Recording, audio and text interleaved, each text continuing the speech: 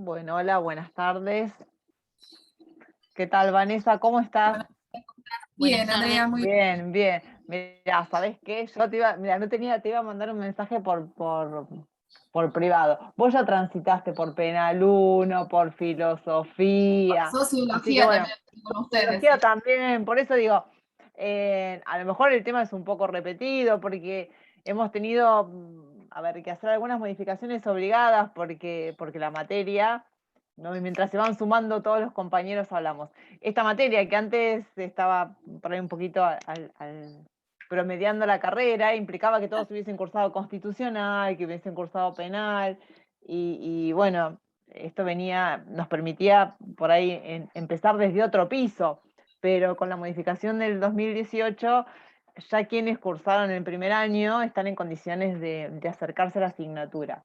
Entonces nos obliga a veces a replantear algunos temas que son propios de otras asignaturas. Por eso digo, No, pero está bueno, qué sé yo, es refrescar un poco también y aparte esta mirada desde otro lugar, o sea, esta discusión, ¿no? Porque en las materias, ponerle en penal, hablar de la justificación del castigo, es lo que es. Acá se puede discutir la postura que cada uno puede llegar a puede tomar. llegar a tomar. No, no, bueno, por ahí esa es un poco la idea, ¿no? De decir, bueno, abrir un poco el juego y sobre todo, bueno, a medida que quizás esto, bueno, es invitarlos al diálogo, porque bueno, es un tema que sigue más allá de que, a ver, la discusión acerca de la justificación del castigo es una discusión que tiene, no sé, más de 2000 años en algún sentido, siempre de alguna manera se reactualiza. A veces se reactualiza en los mismos términos, a veces con alguna variante, pero bueno, realmente sigue siendo un problema que no tiene al menos una respuesta unívoca o una respuesta, por ahí después vamos a llegar a esta conclusión, ¿no? A lo mejor es lo que se está debatiendo en otras instancias, donde ya el problema de castigo se ve como un problema que abarca, a ver, que está atravesado por otras intersecciones. Entonces, bueno, quizás una teoría de castigo solamente no alcance, sino haya que pensar en reformular en su conjunto una teoría de la justicia penal que permite involucrar en la dinámica del castigo todas las instituciones que de alguna manera se ven involucradas, ¿no? O sea, bueno, administración de justicia, policía, bueno, es un tema un poco más complejo. Pero bueno, cierto es que para poder llegar a eso estamos obligados por ahí a repasar algunos conceptos básicos de otras asignaturas que, bueno, yo le digo a Vanessa, porque Vanessa, insisto, pobre, me ha tenido que escuchar varias veces, ya me da vergüenza. No, no, no. Entonces, bueno, si querías disponer de tu tiempo, también era una invitación. Bueno, somos bastante ya. Em, bueno, como estaba pautado en el cronograma, ahora en un ratito ya no me di cuenta que no estaba habilitada la lectura. La idea de hoy es, bueno, charlar un poquito respecto a ver, de la posible justificación del castigo, ¿no? De pronto, bueno, de qué estamos hablando cuando hablamos en este caso, a ver, prioritariamente del castigo penal, ¿no? Es decir, de aquella respuesta que el sistema penal ofrece frente a ciertas conductas que están calificadas como delitos. Em, a ver, les pregunto a ustedes, porque es un tema que nos interpela todos los días. ¿Quién se anima a ver, a hacer una primera aproximación? ¿O qué les parece? ¿No? Los invito a que me digan intuitivamente, ¿cuál sería? O sea, ¿por qué les parece que eh, es posible justificar la imposición de una pena estatal a quien comete un delito? ¿Qué les parece? A ver, Lucía Álvarez, podés levantar la mano, podés hablar, desmutearte y hablar. Buenísimo. Más que nada para generar un ordenamiento jurídico y social. Perdón, no te escuché. Generar un ordenamiento jurídico social. Bien, y ¿a alguien se le ocurre? Porque nosotros estamos pensando acá, la idea de hoy es discutir un poco, a ver, obviamente el concepto de castigo, el concepto de sanción, hablemos de sanción, ¿no? Porque bueno, obviamente acá la palabra castigo no está utilizada neutralmente, ¿no? La idea de castigo a veces tiene como una carga emotiva un poco más fuerte que la idea de sanción, porque si nosotros nos remontamos, ¿no?, a aquellas cuestiones que veíamos un poco en nuestros primeros años de tránsito por la asignatura, y acá veo algunos conocidos, Vanina, por ejemplo, que fue, no sé, el año pasado, ¿no? Fue el anteaño. En el año pasado, bueno, cursó. El año pasado. El año pasado nos tuvo que soportar también No, a las 4 en mejor. teoría. De alguna manera, estas nociones básicas, ¿no? El concepto de sanción termina siendo, más allá bueno, de las múltiples teorías respecto a un sistema jurídico, termina siendo un elemento central en la caracterización de un sistema jurídico como un sistema normativo, ¿no? Mejor dicho, al revés, en la caracterización de un sistema normativo como un sistema jurídico. De hecho, uno de los rasgos que nos permiten distinguir otros sistemas normativos del sistema jurídico precisamente tiene que ver con la presencia de una sanción. Y más allá de que haya matices teóricos en todos aquellos que piensan en el sistema jurídico, ¿no? Algunos con más énfasis, pero otros con menos, pero todos existe un gran consenso respecto de la centralidad del componente coactivo del sistema jurídico. Y el concepto de sanción se convierte en un elemento central. Es decir, casi no habría teóricos del derecho que admiten la existencia de un orden jurídico sin la existencia de una sanción. Y nosotros hablamos de sanciones en todos los órdenes del derecho, no solamente en el marco del subsistema del derecho penal, ¿no? Nosotros podemos hablar de sanciones del derecho civil, de sanciones del derecho administrativo, sanciones del derecho laboral, sanciones en el ámbito del derecho societario, es decir, la sanción entendida como la consecuencia de un acto que el propio sistema define como acto ilícito, es algo que no es solamente prioritario del derecho penal, sino que también es prioritario de otras ramas del derecho. Sin embargo, ¿no? Es decir, cuando hablamos de la sanción en el ámbito del derecho penal, no hablamos, a ver, sí, obviamente, ¿no? Uno habla de sanciones penales, pero en realidad la palabra tiene que ver con la pena, tiene que ver con el castigo, donde, a ver, esta denominación excede un poco el significado cognoscitivo, el significado descriptivo de la palabra, y bueno, y tiene una carga emotiva que nos lleva a pensarlo distinto, porque en realidad uno podría pensar, ¿no? Recién cuando, ¿quién habló? Lucía. Cuando Lucía hablaba de la necesidad de la sanción para preservar el orden jurídico, sería una de las posibles, ¿no? finalidades. Pero si ese fuese, ¿no? el motivo, bueno, hay que buscar quizás, cuando se piensa en el castigo penal, a lo mejor se piensa, a ver, una función un poco distinta en el sentido de que, tal cual lo entendemos hoy, tenemos muy naturalizada la idea de que el Estado monopoliza el ejercicio de la violencia. No concebimos la noción de Estado sin entender este monopolio del ejercicio de la fuerza estatal. Y si hay algo que también diferencia a la sanción penal, al castigo penal, de otras posibles respuestas del sistema, tiene que ver con que sería, ¿no? la injerencia más fuerte, la utilización más fuerte del monopolio de esa fuerza monopolizada por el Estado. Y sigue habiendo, sobre todo cuando hablamos de derecho penal, cierta, no sé si cierta impronta, pero sí este tema que seguramente, no sé, lo deben haber visto con Paulo, con Claudia en las clases anteriores, ¿no? Las posibles relaciones entre el derecho y la moral. Pareciera ser que el ámbito del derecho penal es uno de los ámbitos más propicios en el que esta relación se juega de múltiples maneras, porque existe en el ámbito sí, de las conductas penales, me parece una tendencia bastante marcada, ¿no? A mezclar el reproche jurídico con el reproche moral, ¿no? O sea, porque no es lo mismo hablar, ¿no? de un acto ilícito del derecho civil que un acto ilícito del derecho penal. No sé si ustedes están de acuerdo con esta apreciación, es decir, acá se juega mucho el juicio de valor moral. De hecho, yo les pregunto a ustedes, no sé, ¿no? en su primera aproximación, sobre todo aquellos que por ahí transitaron por otras materias, ¿no? como penal, parte general, quizás tengan más consciente esta idea de que cuando definimos delito no estamos definiendo una categoría ontológica, pero aquellas personas que no cursaron penal parte general, ¿no? Entonces de pronto no tienen todavía por qué tener ese bagaje conceptual respecto de una posible definición de delito, al menos la definición de delito con la que nos encontramos en nuestra disciplina, ¿no?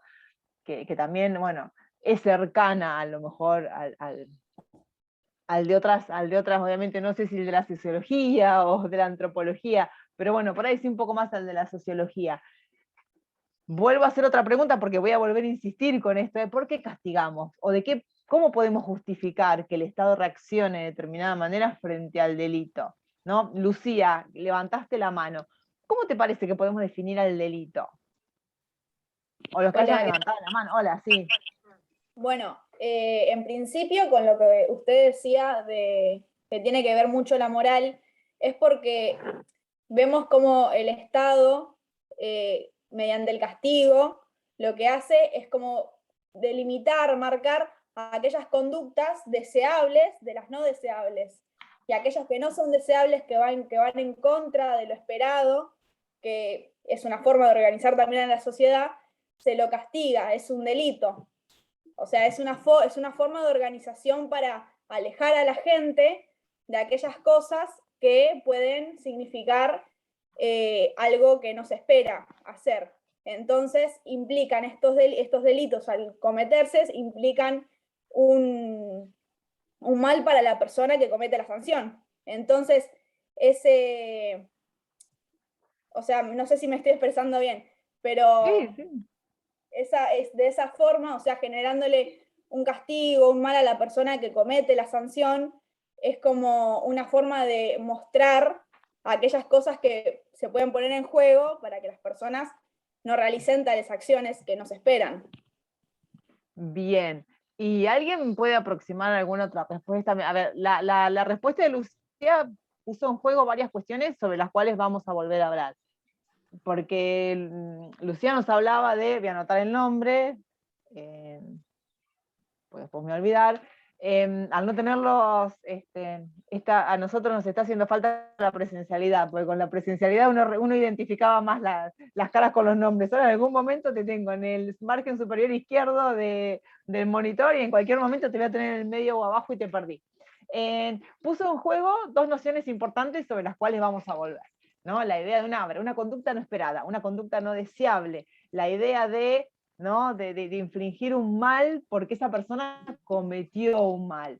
¿Alguien tiene otra aproximación? ¿O qué les parece? ¿No? Es decir, ¿por qué es un tema que nos interpela por fuera de nuestro conocimiento teórico al interior de la carrera? ¿No? De pronto uno puede pensar, qué sé yo, sociedades, quiebras, no tenemos instrumentos de la vida cotidiana que nos hagan pensar, no sé, en algún elemento del derecho internacional público, no sé, de algunas otras asignaturas, ¿no? O sea, propias no sé, del derecho de la empresa. Pero de pronto la idea de delito, la idea de castigo, es una noción con la que venimos conviviendo aún por fuera del ámbito jurídico, es decir, es un tema que está instalado, no sé, en los medios de comunicación, está instalado en la mesa familiar, está instalado en la charla con nuestros amigos, es algo con lo que nosotros nos venimos manejando independientemente de nuestra circulación por la carrera, ¿no? Entonces digo, bueno, a lo mejor venimos con alguna prenoción, a ver, acerca de lo que puede llegar a ser un delito o acerca de, es decir, calculo que alguno de ustedes tiene una opinión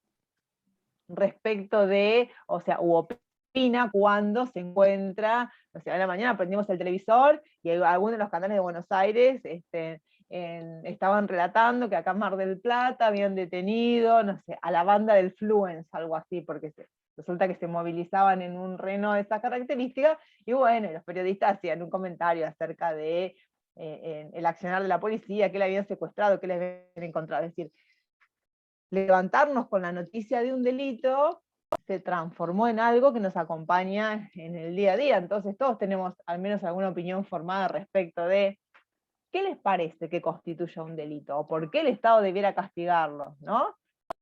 O qué persigue el Estado con ese castigo. ¿Alguien se anima a intentar alguna otra respuesta junto con Lucía? Creo que, A ver, Martina primero, sí, después creo que... Sí, sí. Yo creo que si no estuviese puesta una sanción para un delito, no tendría sentido que haya leyes tampoco. Porque ¿para qué respetar las leyes si no va a haber una sanción que me lo impida? Bien, bien. Si Entonces, no va a tener nada malo que te diga que no lo tenés que hacer. Bien, acá, perdón, Lucía levantó la mano y teníamos primero otra intervención de, de Martín Ortiz, dice, bueno, que también piensa que el castigo funciona como un ejemplo para el resto de la sociedad, ya que si alguien comete un delito va a ser castigado. ¿Alguien más había levantado la mano? Yo, profe. Sí, a ver. Perdón que no tengo la cámara, es que estuve internada Paula, sí. y eso, y ahora estoy media. Bueno, Eh, qué bueno, ganas, no, ¿no? sí, sí. No, Sí. siguiendo un poco lo que decía Lucía, Sí. me pareció que estaba muy bien, porque si pensamos en los modelos de aprendizaje desde el punto de la sociología, en un momento el castigo se utilizaba como para que indirectamente la persona sepa que eso está mal y que si lo hace va a tener una reprenda. Entonces también es como una forma indirecta de controlar el comportamiento de las personas. Bien. ¿Quién más? A ver, Lucía. Paula ya está. Las dos Lucías ya hablaron. ¿Alguien más quería decir algo? A ver, Tamara, para mantener una forma de orden, para que sea más justo para todos pensando en la generalidad de la gente. Tamara, cuando vos decís, que está bien, pero bueno, decís para que sea, vos decís que utilizaste la palabra justo, para que sea más justo. Esta idea de justicia a la que vos te estás refiriendo, ¿qué implicaría? ¿O qué crees? ¿O por qué te parece que sería justo? ¿O qué es lo que te parece injusto, que merece cierta, no sé, no quiero poner palabras en tu apreciación? Bueno, no sé, por el comentario de Lucía, de Tamara, perdón, decía, bueno, introdujo la idea de justicia, ¿no? Es decir, bueno, supongo que la idea de justicia tiene que ver con un poco se mezcla de alguna manera con alguna de las intervenciones anteriores, ¿no? Que decía, bueno, a ver si alguien hizo, o sea, o como, no sé, Martina, que decía que era importante porque alguien supiese que lo que había hecho estaba mal, que funcionaba como un contramotivo, ¿no? De pronto, que una conducta esté combinada con una sanción, para mí constituye un contramotivo para que yo pueda actuar de esa manera. Y también Paula, de alguna manera, hablaba de los modelos de aprendizaje y dice que para que una persona conozca o sepa que algo estaba mal. Y acá les hago estas preguntas. A ver, sería más justo que si no existiera un castigo, entonces sería injusto para aquellos que cumplen. Bien, porque si no cada uno haría cualquier cosa. El delito debe ser sancionado. Estas respuestas, a ver, se inscriben dentro de estas respuestas que ustedes dan también para delimitar el accionar hostil de la sociedad. Oriana, supongo que por ahí, cuando vos hablas de esto, lo que querés decir es que, bueno, que hay que poner como un límite a esa actuación hostil, ¿no? Como idea de contención, o sea, limitación como idea de prohibición, ¿no? De limitar una conducta, de prohibir una conducta. Todas estas ideas que fueron surgiendo de a poco, yo estoy seguro que hay otros, pero hay otros modos de ver la cuestión, pero no sé por qué razón no se animan, espero que se animen en lo sucesivo.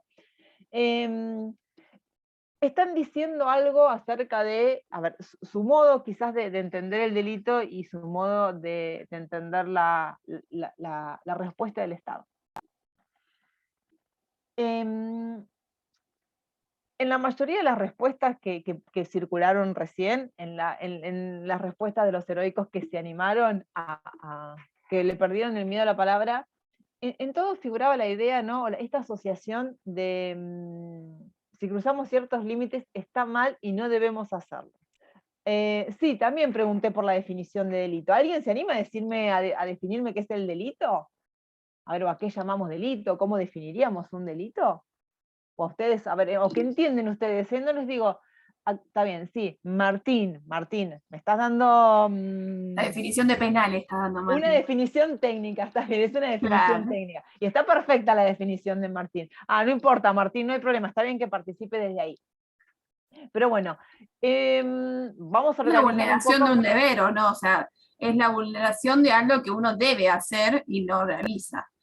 Y Fíjense por que la parte del castigo me da a mí como recuerdo de penal, pero igual la palabra está buena, es el reproche. O sea, es el reproche que le hace la sociedad a quien comete un delito.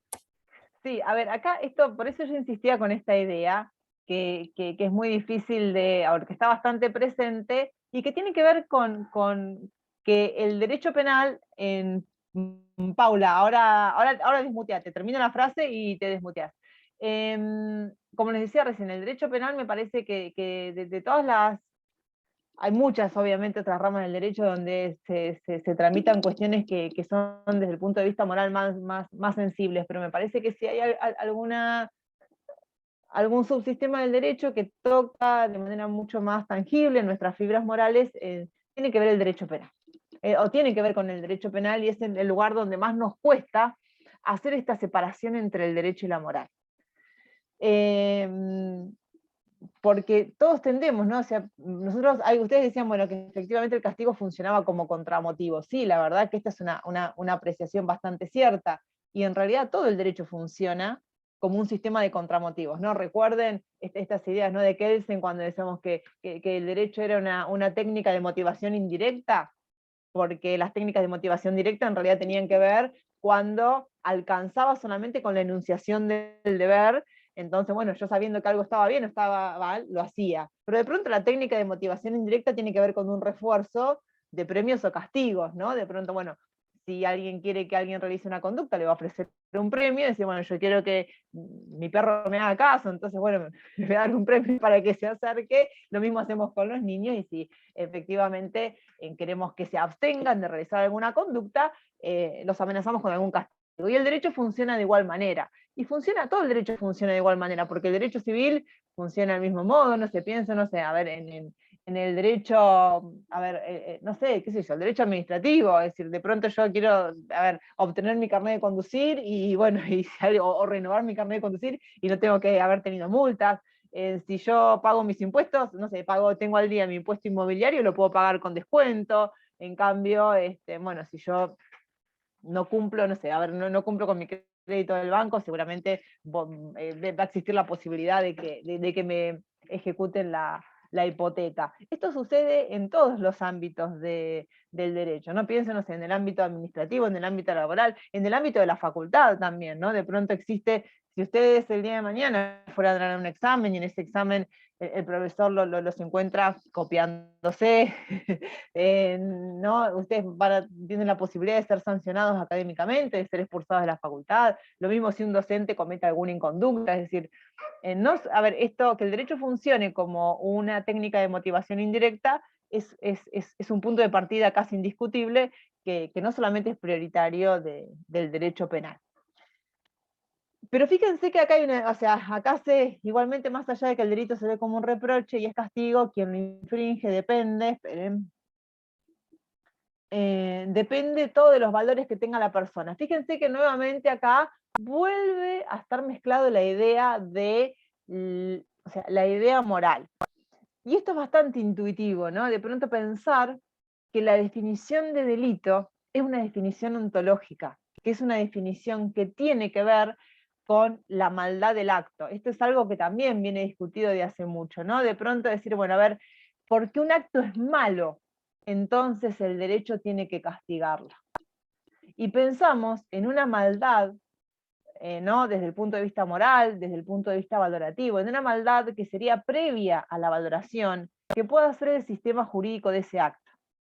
Es decir, nosotros, ¿no?, de hecho, al menos las respuestas que surgieron acá, estas primeras respuestas a las que se animaron todos, parecen traducir esta idea de que habría alguna calidad, ¿no?, que torna en reprochable, o sea, reprochable desde el punto de vista moral un acto, y que el derecho, de alguna manera, tiene que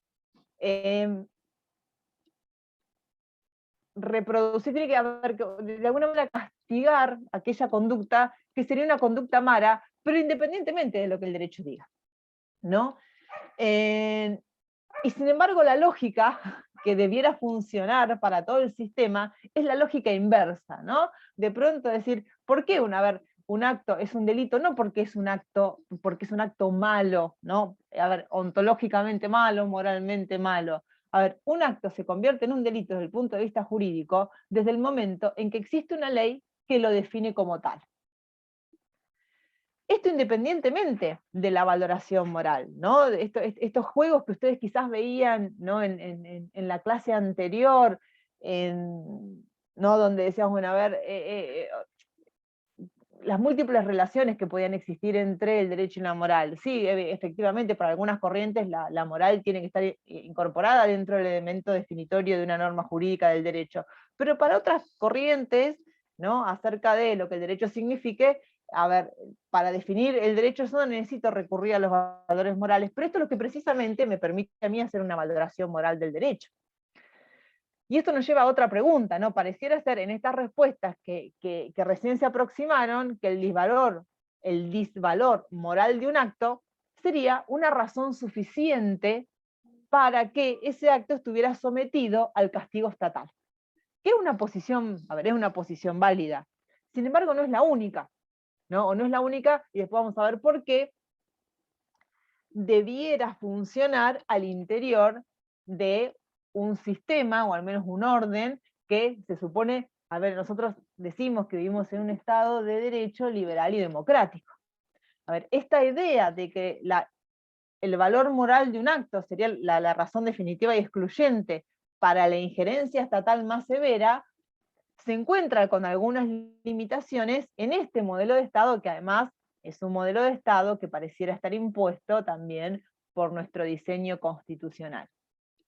¿Esto está mal? No, no está mal, de hecho es una noción intuitiva, ampliamente compartida, y que además circula ampliamente en muchos discursos, incluso a veces en muchos discursos académicos, no solamente en los discursos periodísticos, o en los discursos electoralistas, o en los discursos políticos, ¿no? Es una idea que la tenemos bastante naturalizada, ¿no? Pensar que, bueno, como algo está mal, entonces se merece un castigo.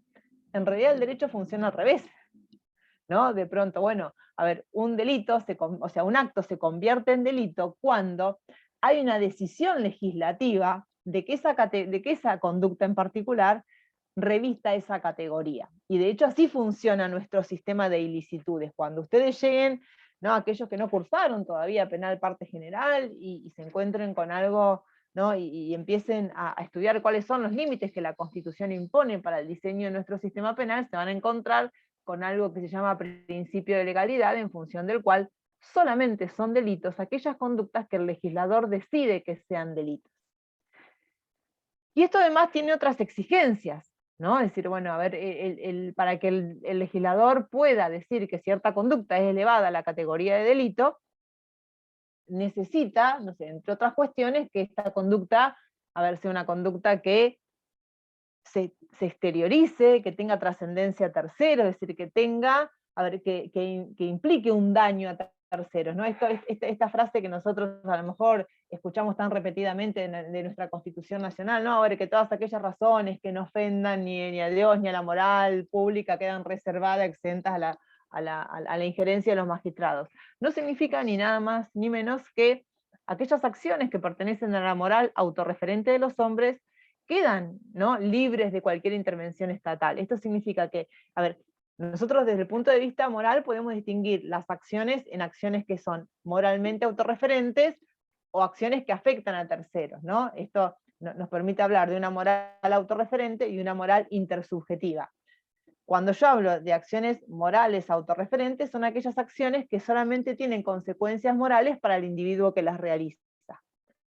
En cambio, cuando yo hablo de acciones intersubjetivas o moralmente intersubjetivas, son acciones que cualquier individuo realiza, pero que tienen consecuencias para terceros.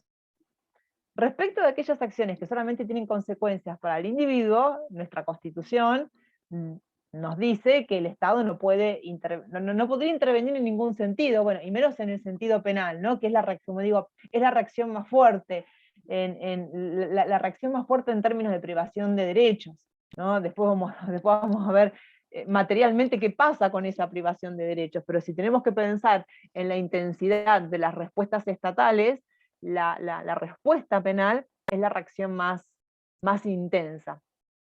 Entonces, bueno, hay ciertos límites para la construcción de esa respuesta. Pero tenemos que acostumbrarnos, ¿no?, que cuando estamos hablando de delitos, ¿no?, Martín nos trae esta definición, que es una definición que nos trae la dogmática penal.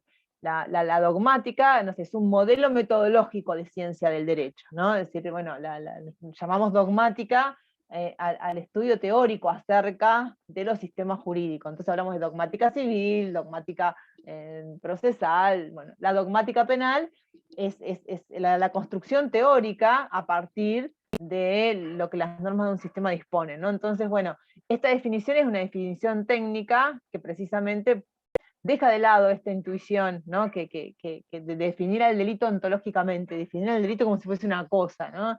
Entonces, acá Tamara dice, ¿está mal esa definición? No, la definición no está mal, ¿sabes? Son distintas definiciones. Cuando nosotros definimos, uno puede definir el delito, ¿no?, desde un sentido moral, desde el lenguaje natural, o lo que fuera, pero lo cierto es que en el ámbito de, cuando nosotros tratamos de definir el delito técnicamente, decimos que efectivamente el delito es una acción típica, ¿no? Es una acción típica, antijurídica, culpable y eventualmente punible. Esa definición es una definición absolutamente correcta desde la dogmática penal, ¿no? Es decir, bueno, fíjense que acá la dogmática penal no nos dice es una acción mala, es una acción moralmente mala. No, la ciencia, ¿no?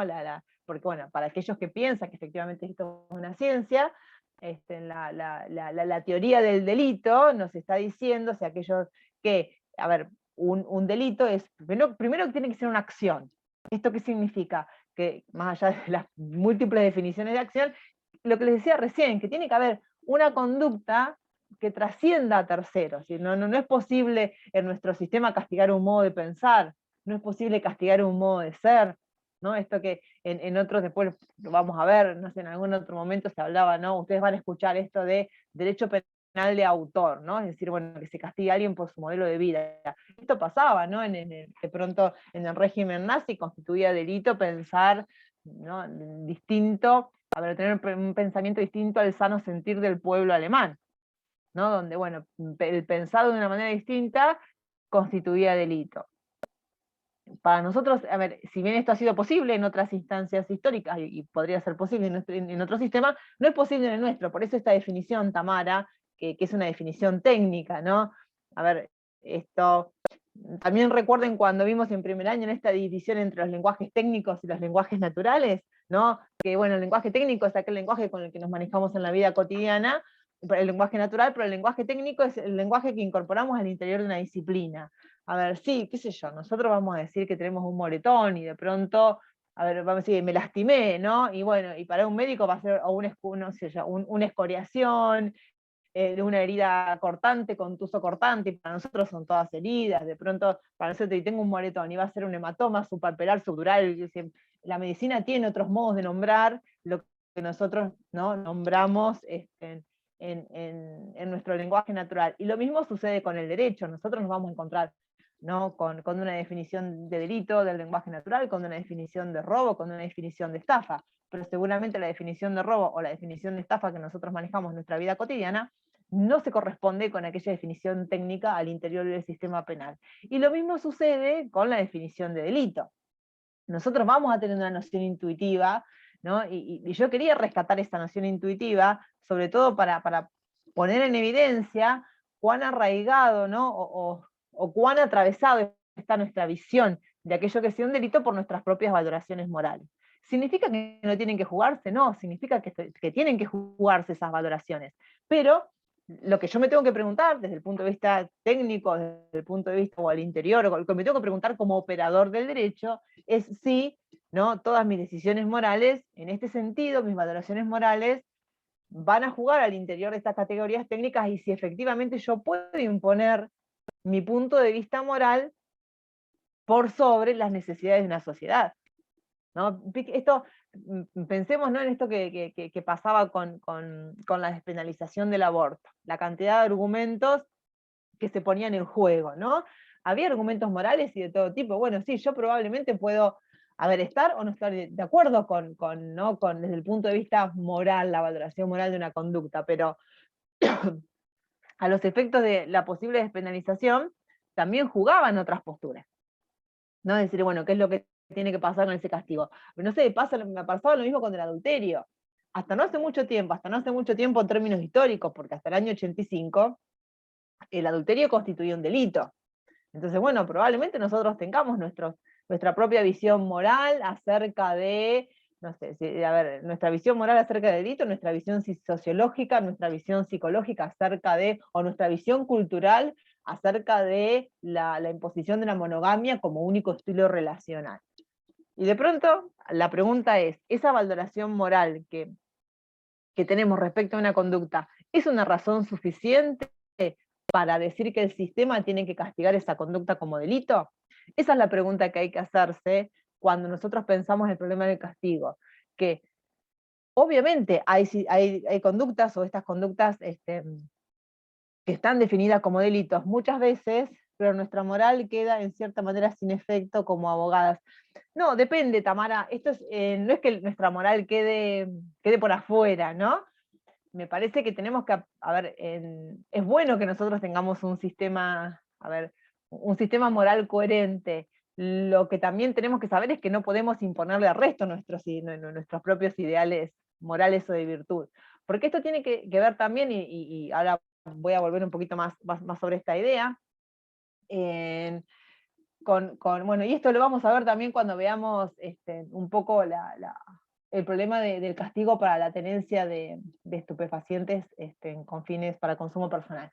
Porque hay como dos modelos desde el punto de vista de la filosofía, ¿no? Por un lado, lo que se llama el perfeccionismo, y por otro lado lo que se llama, bueno, el paternalismo. El perfeccionismo entiende que el Estado, como institución, estaría habilitado a imponer a todos sus habitantes modos de vida virtuosos, o moralmente virtuosos, ¿no? De hecho, no sé, piensen a veces, bueno, ahora, a ver si pensamos en la situación mundial, y de pronto, ¿no? Estas situaciones que, no sé, imponer a las mujeres afganas ciertos ideales de virtud, ¿no? Esa es una imposición. Y de pronto, en otros, ¿no? Por ahí el paternalismo, o qué sé yo, o el respeto por la autonomía de la libertad, diría que cada individuo es autónomo para darse sus propios planes de vida y para poder elegir su propio sistema moral.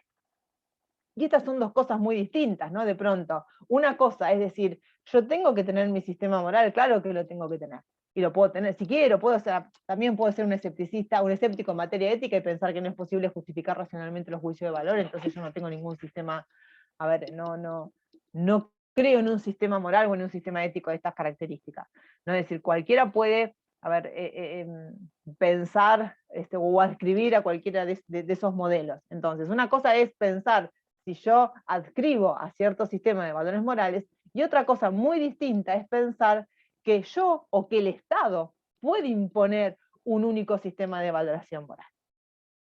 Esto es propio de los regímenes totalitarios, los regímenes perfeccionistas, donde se habilita que el Estado imponga un modelo de virtud, imponga un modelo, ¿no? de realización personal, un modelo de realización ética, que no se corresponde con un Estado democrático o un Estado liberal en los términos en que, ahora cuando le habilite los textos, ahora ni bien termine la clase los habilito porque tengo el campus abierto en otra compu. En el libro, nosotros vamos a trabajar acá, esto lo tienen trabajado en el libro de Portela, no los quiero, es una lectura que tienen, no quiero insistir con esto, de pronto, bueno, múltiples sentidos de la palabra liberal al interior de la teoría política. Y uno de estos sentidos de la palabra liberal tiene que ver, ¿no? con el respeto a lo que Nino denomina el principio de autonomía, ¿no? El principio de autonomía pasa por la agencia moral que tenga una persona para poder decidir autónomamente cuáles son sus planes de vida, sus propios planes de vida, sus propios ideales de virtud, sus propios ideales de moral. Entonces, un Estado que se supone democrático, y esto es lo que de alguna manera refleja el contenido del artículo 19 de la Constitución Nacional, cuando, ¿no? establece que las acciones privadas quedan libres y que no afectan obviamente a terceros, quedan libres de la mirada del Estado. Esto no significa que son acciones que yo hago encerrada en mi casa. No sé, hay acciones que yo las puedo hacer en público, pero sin embargo tienen que ver con mi moral autorreferente. Es decir, yo puedo ser supersticiosa, puedo, no sé, exacto, Vanessa, el denominado principio de reserva. qué sé yo puedo, no sé, creer en el tarot, puedo hacer otras cosas, sin embargo, me puede pensar que eso desde el punto de vista moral implica la debilidad, porque es creer, no sé, en algo que no tiene base científica. Sin embargo, bueno, Profe, sí, disculpe, ¿le puedo hacer una consulta?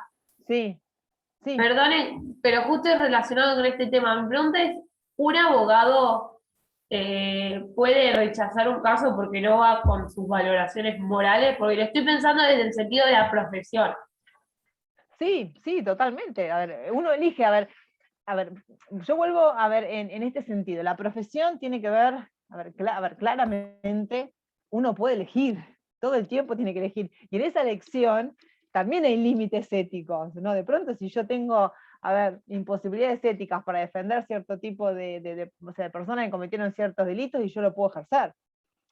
Distinto es, sí, puede decir que no, de pronto si yo no estoy de acuerdo, o sea, a ver, uno por múltiples razones puede decir que no. Distinto es, no sé, esto, a ver, si alguien es de defensor público, ¿no? El defensor público, o sea, si ustedes son, no sé, abogados no particulares, y de pronto viene un estafador y dice, no, yo la verdad, no, más allá de que en este sentido no te quiero defender, o puede decir, bueno, yo no sé yo, no defiendo a los que cometieron cierto delito con integridad sexual, yo no defiendo personas que están imputadas por delitos de lesa humanidad. Esa es una decisión que tiene que ver, que es personal y que tiene que ver con el ejercicio profesional de cada uno. En algunos otros ámbitos esa decisión no es posible. Lo que también tiene que quedar en claro es que cuando uno ejerce la profesión, no está defendiendo un acto, su defensa no es moral, la defensa es jurídica, ¿no? De pronto, a ver, y esto pasa en todos los ámbitos del derecho, ¿no? De pronto, a ver, ustedes dicen, bueno, por eso vuelvo, ¿no? Acá me parece que vuelve sobre la mesa esta mirada moralmente disvaliosa acerca de, ¿no? Aquello que constituye un delito. Porque de pronto, no sé, si ustedes hacen derecho civil o comercial y viene un señor que, no sé, dejó, a ver, cometió, no sé, a ver, ni siquiera digo, bueno, por ahí un fraude impositivo, lo que fuera, y despidió gente injustamente y dejó una familia, no sé, en la calle, ¿no? A ver, y de pronto, no sé, alguien, no le, como no hay sangre, perdón, ¿no? ¿No? O no hay un muerto, no hay un herido, de pronto, bueno, por ahí uno tiene menos reparos que en el resto de las cuestiones. Lo que digo es que cuando uno asume la defensa, estamos hablando de delitos, pensemos que estamos hablando del derecho penal para simplificarlo. A ver, uno cuando dice que asume la defensa de los intereses de una persona, en realidad su defensa es jurídica. A ver, aún sabiendo que una persona puede haber sido, no sé, a ver, la responsable de un delito, esa persona tiene derecho a tener un juicio en las condiciones procesalmente, a ver, en las condiciones procesales que establece la Constitución. Pero es Y no posible todo- separar, o sea, una cosa de Eh, la otra, no sé, la moral también es como que siempre se va a interponer en cuanto a la defensa jurídica que usted habla. Yo puedo, a ver, me parece que es posible, ¿no? Insisto, va a haber casos en los que, bueno, que si la repugnancia, o sea, si yo nadie te puede obligar a hacerlo, pero es, o sea, me parece que hay que entender que si se ejerce la defensa de alguien en un proceso, yo no estoy defendiendo lo que hizo. No, estás defendiendo las garantías constitucionales, o sea, que a todos se les respeten sus garantías sus constitucionales. garantías Claro, constitucionales. bueno, pero por eso se habla de moral también. Si no, no se Pero hablaría todos de la tienen, moral, se basaría solamente en lo que está escrito y ya está. La moral No, es a como ver, que no se pero debería ni hablar moralmente ni siquiera. también todos a ver, tienen derecho a ser representados. Ese es otro punto de Totalmente, sí, vista. sí, totalmente de acuerdo, sí. pero o sea, si no nos hablaría de moral si fuese así, de que solamente se tendría las garantías constitucionales y los derechos de cada uno. Porque Perdón, la pero moral en sí no, es como que no, si está escrito, ya está. no, a ver, habría que discutir mucho acerca de nuestros sistemas éticos y de qué implica. A ver, el juego, la valoración moral está siempre. Lo que no podemos hacer es sustituir el sistema jurídico por el sistema moral. A ver, nosotros estamos eligiendo, a ver, porque esto también es una postura moral. Nosotros estamos eligiendo, a ver, hay un sistema, se supone que hay un sistema, el sistema jurídico impone reglas. Y si decidimos jugar al juego del sistema jurídico, las reglas son las que impone el sistema. Aún cuando sean, obviamente que nuestra crítica moral sirve para cambiarlas o para no cambiarlas, pero de pronto todo el sistema de garantías constitucionales implica, ¿no? Una ponderación, si se quiere, de valores desde el punto de vista moral. Ahora, no podemos identificar, o sea, no es que no podemos, a ver, algún teórico puede hacerlo, pero bueno, a ver, sería un sistema jurídico que se supone, a ver, no sé, o por ahí sería algún, a ver, ni siquiera haber un ius naturalista muy radical estaría dispuesto, ¿no? A eso, ¿no? Pero bueno, son posturas que tienen que ver con nuestra creencia acerca de qué es el derecho y nuestra creencia acerca de, porque a veces siempre hay que pensarlo al revés, ¿no? De pronto, ¿qué pasaría si alguien me quiere imponer a mí su sistema moral a través de las normas jurídicas?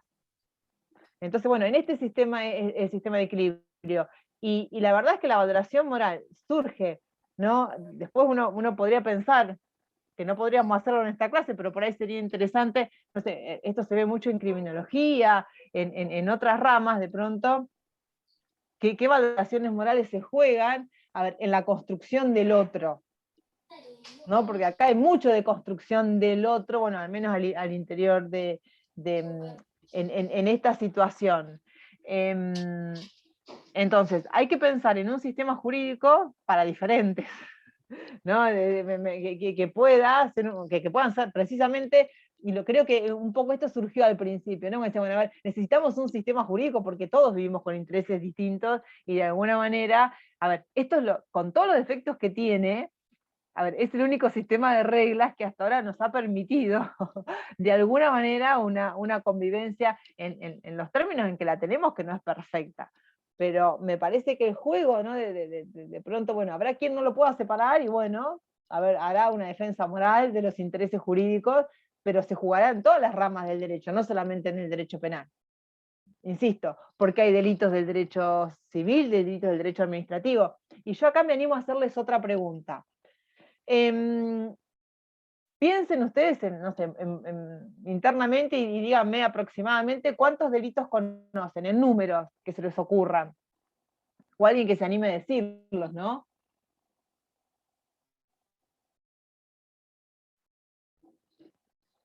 No, o sea, alguien se anima a decir, bueno, conozco 5, conozco 10, conozco 20. Profe, eso Sí. no depende más también del punto de vista, porque la ley tiene cierta cantidad, pero moralmente también puede haber puede haber muchos más delitos, muchas cosas que estén consideradas mal. No sé cómo explicarlo, no sé cómo explicarlo la idea. No, pero bueno, está Pero bien. son muchos. Claro, este es un espacio para pensar, ¿no? Porque digo, de pronto cuando nosotros estamos pensando, ¿no? A ver, una posible justificación del castigo, que insisto, a ver, pensarlo en términos de justificación del castigo, yo no hablaba al principio cuando hablaba con Vanessa, de pronto, a ver, hoy se piensa más en la idea de una teoría de la justicia penal más amplia y que involucre a todas las instituciones. Pero nosotros, bueno, partimos de esta idea, ¿no? Del castigo como respuesta jurídica frente a la comisión de un delito. Yo digo porque cuando uno piensa, ¿no? Y de pronto está pensando ¿no? A ver, o por qué se juega esta idea de la moral, porque también hay un uso discursivo, emotivo, o sea, y solamente, o sea, de pronto esto, a ver, no es que lo diga yo, si ustedes estudian cualquier estudio, a ver, si ustedes relevan cualquier estudio criminológico, de cualquier criminólogo, yo les dije un articulito porque es muy, muy accesible de Máximo Soso, pero de pronto hay teóricos de otras latitudes, ¿no? Hay un libro, no es muy viejo, es nuevito, que se llama No solo su merecido, de estos señores, Philippe Petit, ¿se nota ahí? Después se los subo. Son teóricos, unos australianos y otros americanos, y bueno, la verdad que hacen una crítica, estas son por ahí teorías mucho más nuevas, que tienen que ver con esta idea de manejar una concepción más amplia respecto de las teorías del castigo, y está lo mismo que se dice por ahí acá en Argentina, se dice para otros lugares del mundo, nosotros acá por ahí lo relevamos con esta idea, ¿no? del populismo punitivo, pero eso, bueno, a ver, muchas veces el diseño de las políticas criminales tiene que ver con muy pocos delitos, que son los que se denominan por ahí delitos predatorios o delitos callejeros, que son los delitos que de alguna manera más circulan en el imaginario, porque bueno, porque hay un uso mediático, hay una generación de estereotipos a partir de ciertas situaciones que por ahí involucran otras cuestiones morales, ¿no? Pero si nosotros hacemos un relevamiento de aquellos delitos que están en la agenda mediática, que por ahí son aquellos delitos en los que nos ponemos a pensar nuestras posibles respuestas y pensamos en el robo, pensamos en la violación, pensamos en el homicidio en ocasión de robo, en alguna estafa, Abuso, nada, fraude. Sí, pero nadie piensa en la falsificación de documento público o en la falsificación de la moneda, o la sea, moneda, sí, a ver, obviamente, no sé, el libramiento de cheques sin provisión de fondos, en algunas otras formas algunas formas sutiles de estafa, que incluso hasta acá, ¿no? De pronto hay formas de estafa que alguno las puede consentir. Sí, Vanina, si uno, por eso digo, a ver, pensemos que el Código Penal tiene más de 300 artículos, hay un montón de leyes especiales y después otros delitos contenidos en leyes generales, ¿no? Es decir, hay muchas conductas, a ver, muchos delitos, piensen en el duelo, no sé. El estrago también, me acuerdo, el Sí, estrago, estrago. o bueno, esto de la salubridad también, de Sí, bueno, dispersar y ahora, diseminar la enfermedad, o sea, son delitos que no, se conocen ahora a través de la pandemia, pero en a realidad ver, esto, no, obviamente, ¿no? Cuando uno, a ver, en algún momento yo daba pena, ya no, ya me fui el año pasado. Y decía, bueno, a ver, queríamos dar un ejemplo de omisión, y bueno, ¿no? El 206, ¿no? El que decía el que no cumpliere con las leyes de policía sanitaria animal. Y de pronto eran artículos que habían quedado olvidados en el código, y ahora renacieron, ¿no? No sé, el certificado médico falso, ¿no? Pero es que emitir un certificado médico falso es un delito, es una falsificación documental, las falsificaciones documentales, es decir, hay muchísimos,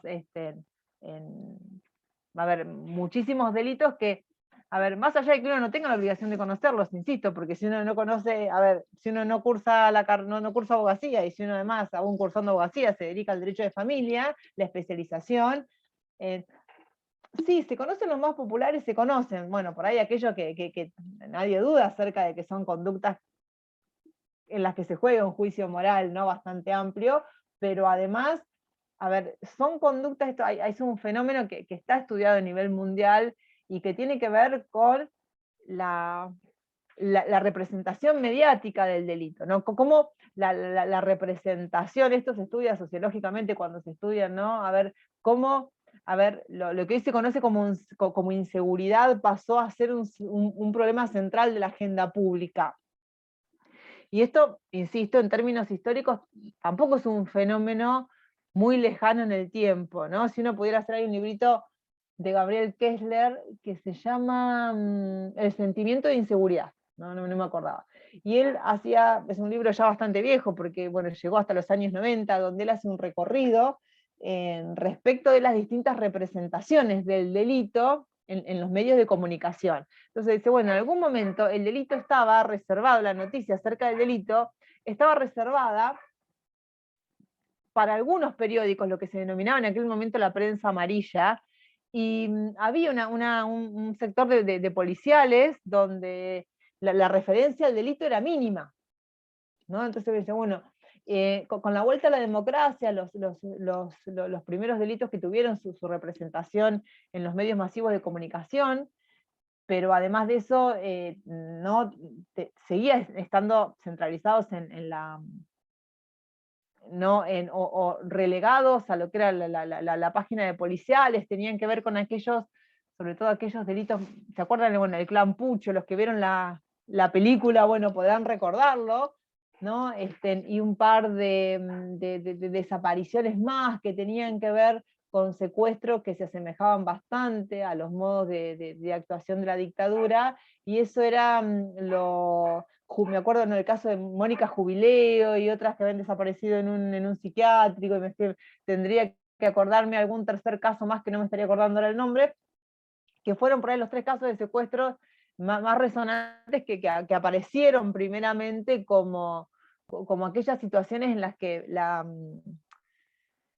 el delito, ¿no? Empezó a tener una mayor presencia dentro de la prensa, pero en realidad la irrupción del delito, ¿no? en la agenda pública como un problema que excedía el problema meramente policial, apareció con los primeros saqueos de supermercados en los años 90, ¿no? Donde ahí ya el delito no aparecía en la página de los policiales, sino ya apareció en una etapa central, y apareció además unido a la construcción de un estereotipo de cierto tipo de delincuente, y esa imagen fue variando, ¿no? De pronto tenemos Bueno, a ver, se fue instalando el tema de la inseguridad, se fue instalando en la agenda, pero la inseguridad asociada a este tipo, ¿no? Esto que yo decía que se denominan los delitos predatorios o los delitos callejeros, ¿no? Aquellos delitos de los cuales todos estamos en condiciones de ser víctimas, ¿no? Y de pronto, bueno, se instaló la imagen del pibe,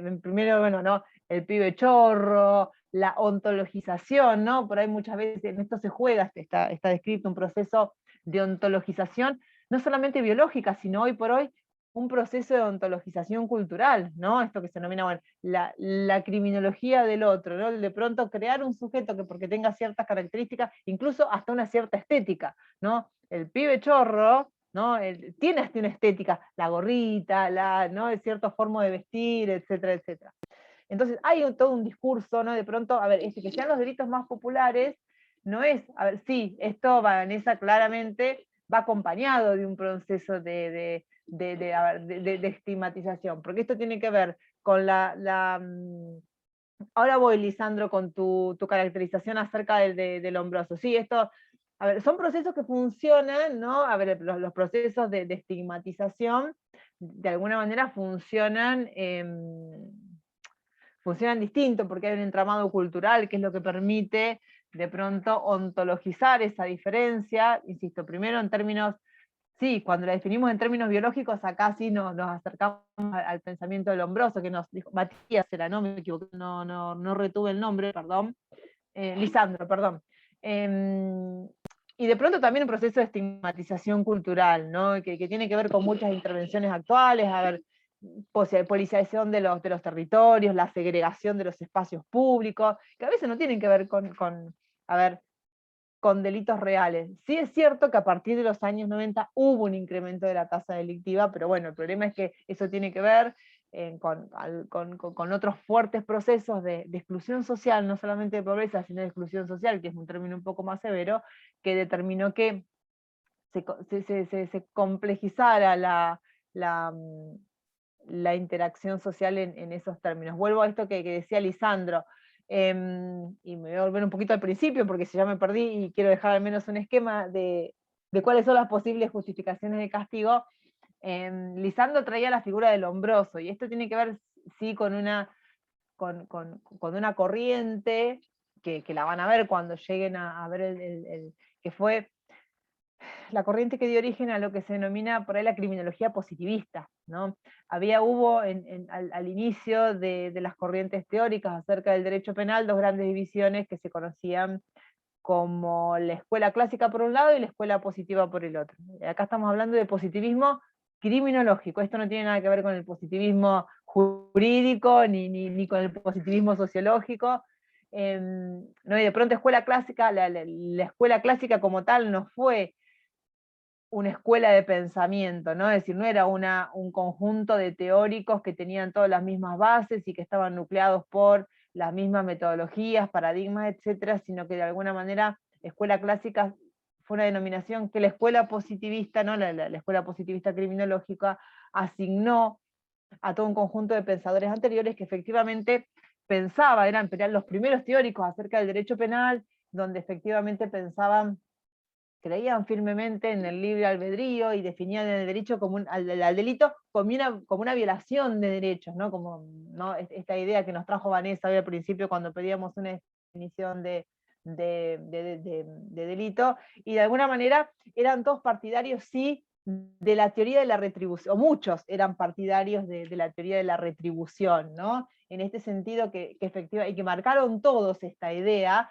¿no? La idea de que el castigo tiene un sentido retributivo, ¿no? Un sentido de recompensa por o de merecimiento, de recompensa por un mal que se hizo, ¿no? Esta idea apareció en todas las intervenciones, en las principales intervenciones, pero sobre todo, más allá de lo que pensaba la escuela clásica acerca de la finalidad de la pena, sí coincidían todos en la idea de libertad, ¿no? En esta posibilidad que tiene el individuo de elegir qué hacer o qué no hacer, la posibilidad después, bueno, obviamente esta idea teóricamente matizada y refinada, ¿no? De poder adecuarse o no adecuarse a lo que el derecho dispone. y esta idea, ¿no?, de reproche, ¿no? La idea de reproche, que en alguna de las teorías del castigo puede funcionar como reproche moral, hoy por hoy, en el mundo, en el mundo jurídico, ¿no?, en el mundo de vista, en el mundo de la teoría del derecho penal, la idea de reproche es un reproche normativo, no es un reproche ético, sino que el reproche tiene que ver, ¿no?, las teorías del derecho penal fundan el reproche en la posibilidad de que tuvo una persona de adecuar su conducta a lo que la norma dispone, y sin embargo no haberlo hecho, ¿no? Lo que se reprocha en el ámbito del derecho penal, hoy por hoy, al menos la justificación teórica del reproche, tiene que ver precisamente con la posibilidad de haber hecho un mal uso del ámbito de autodeterminación, ni siquiera un mal uso, de haber utilizado el ámbito de autodeterminación en contra de lo que el sistema normativo dispone. En cambio, lo que pensaba la escuela, toda la escuela positiva, en sus variantes, tenemos, ¿no?, a ver, en Ferri, Lombroso y Garófalo, que fueron sus representantes en sus distintas vertientes, entendían que el hombre estaba fatalmente determinado, es decir, que el delito era el síntoma de una enfermedad. De manera tal que, bueno, que en estos casos la intervención de algunos pensaban que eran características, que era, a ver, una enfermedad de carácter biológico, ¿no? En el positivismo biologicista, que entendía que aquellas personas que cometían delitos en realidad no habían alcanzado el estado de desarrollo avanzado, entonces esto se definía por la observación de ciertas características médicas, que el lóbulo frontal tenía ciertas características, que las orejas separadas, que la frente amplia, que algunas, no sé, cuestiones cerebrales, que distinto, bueno, después quienes tenían ciertas características estaban determinados a cometer delitos, entonces la intervención del Estado tenía, o sea, el Estado, para prevenir o castigar, ahora vamos a ir con ese juego de palabras, lo que tenía que hacer era intervenir respecto a las causas de la enfermedad, por lo tanto, esa intervención no era proporcional a la falta, porque bueno, si yo estaba enfermo, no importaba si mi falta era mínima o si había llegado a cometer una falta, sino que detectaba la enfermedad, el Estado intervenía, e intervenía indefinidamente hasta tanto los expertos médicos, psicólogos y psiquiatras determinaran que mi enfermedad había desaparecido y yo me convertía en un individuo apto para vivir en el seno de la sociedad, ¿no? De alguna manera, sí, cuando, a ver, son distintos, a ver, es distinto la matriz conceptual del positivismo biologicista, que por ahí la matriz de la teoría del etiquetamiento o la teoría de la estigmatización. Sin embargo, el resultado pareciera ser lo mismo, ¿no? Un individuo degradado, un individuo que es esencialmente otro en términos ontológicos. Y obviamente las consecuencias son las mismas. Y por ahí, esto que marcó Lisandro, por ahí es interesante porque en muchos discursos todavía se siguen colando, a pesar de que esta teoría ha quedado históricamente abandonada, se siguen colando muchos ingredientes de este positivismo más crudo. De hecho, nuestro Código Penal aún conserva algunos institutos y algunos términos que son propios de aquella época. Pero si nosotros tuviésemos que hacer, ¿no?, como una especie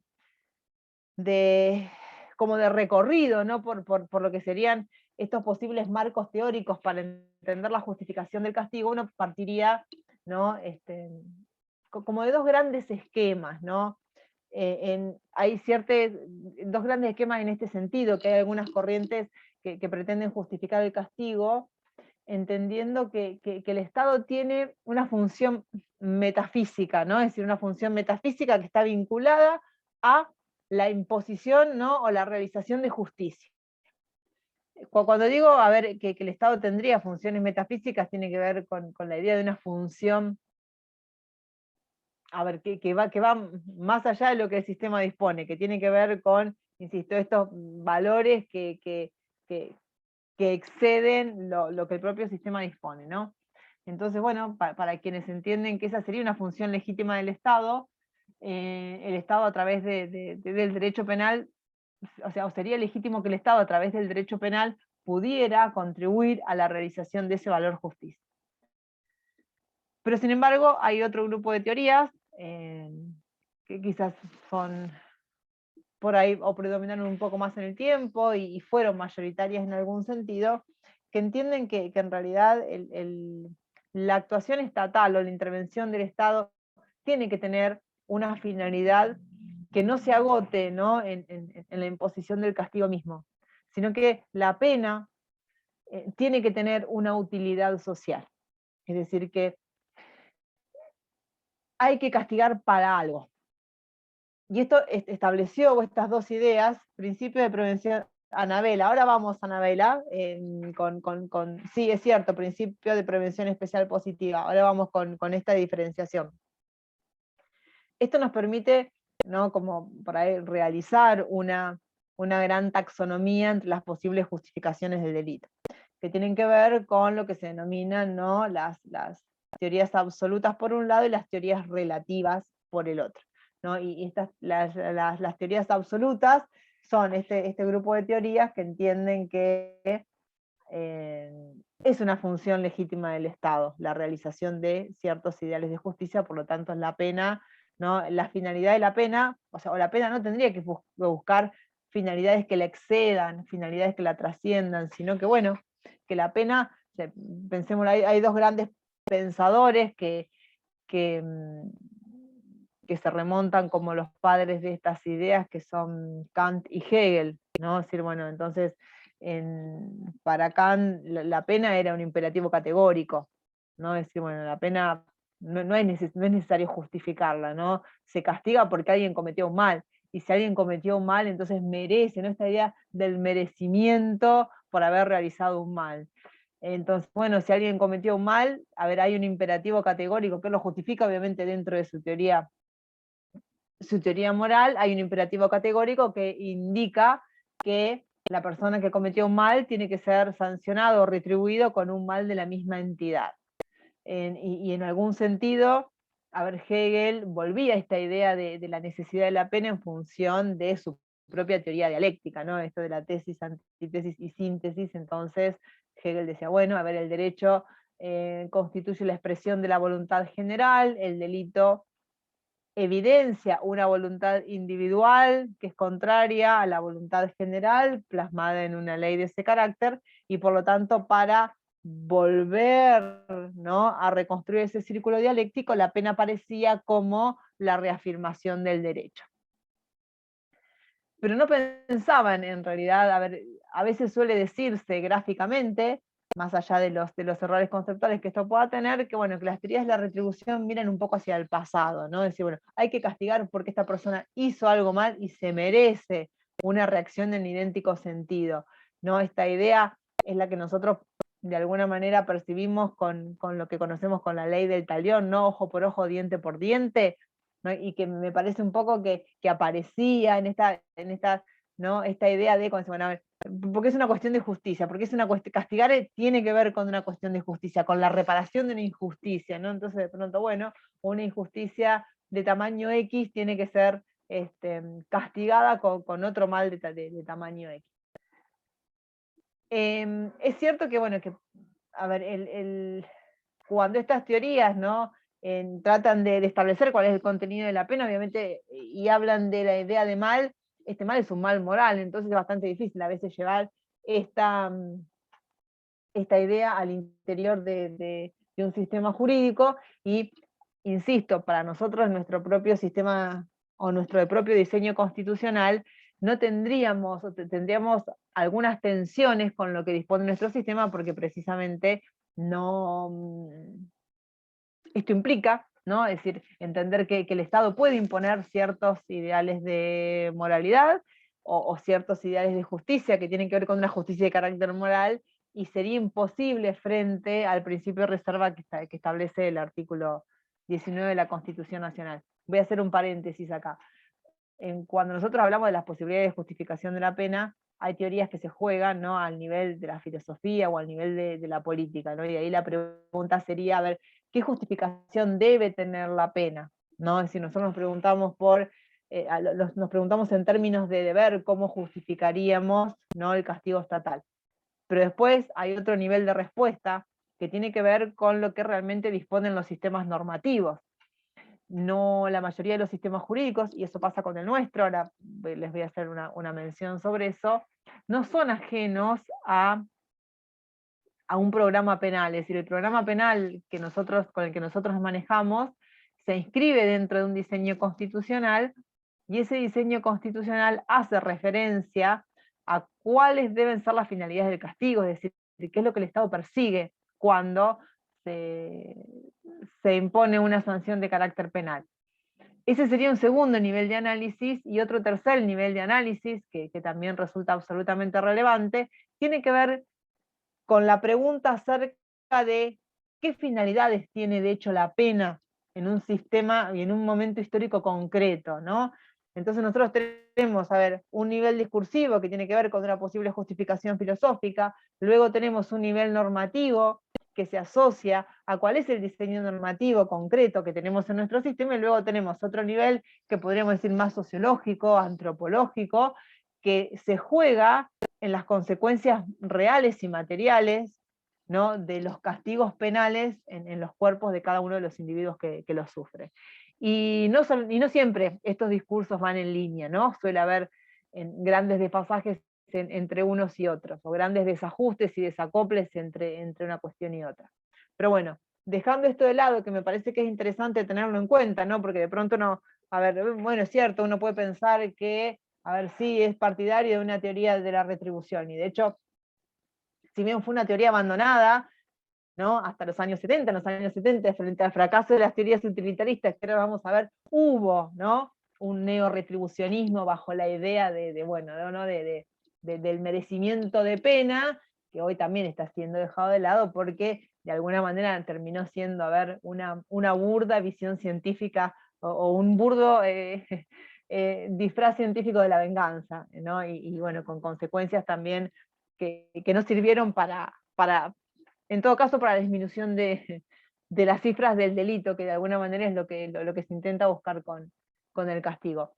Entonces, por un lado, ¿no?, si bien existen estas teorías de la retribución o teorías absolutas, hay otras, ¿no? Si ustedes se ponen a buscar en la historia, hay teorías de la retribución divina, piensen, no sé, a ver, bueno, insisto, ¿no?, cuando desde las teorías teológicas se trata de justificar el castigo, teorías de la retribución estética, pero bueno, las que importan para los sistemas penales por ahí tienen que ver con estas de Kant y Hegel, sobre todo porque si bien no se las receptó de manera tan pura, debido a que era muy dificultoso entender que esas finalidades podrían ser incorporadas por un sistema democrático, sí, la idea de proporcionalidad del castigo es una idea que está vigente en la mayoría de los programas normativos, ¿no? Decir, bueno, a ver, tiene que haber una cierta proporción entre la culpabilidad y el reproche por esa culpabilidad. Esa idea que sí podemos inscribir, ¿no?, o sea, podemos firmarle su partida de nacimiento dentro de las teorías retributivas, es una idea que,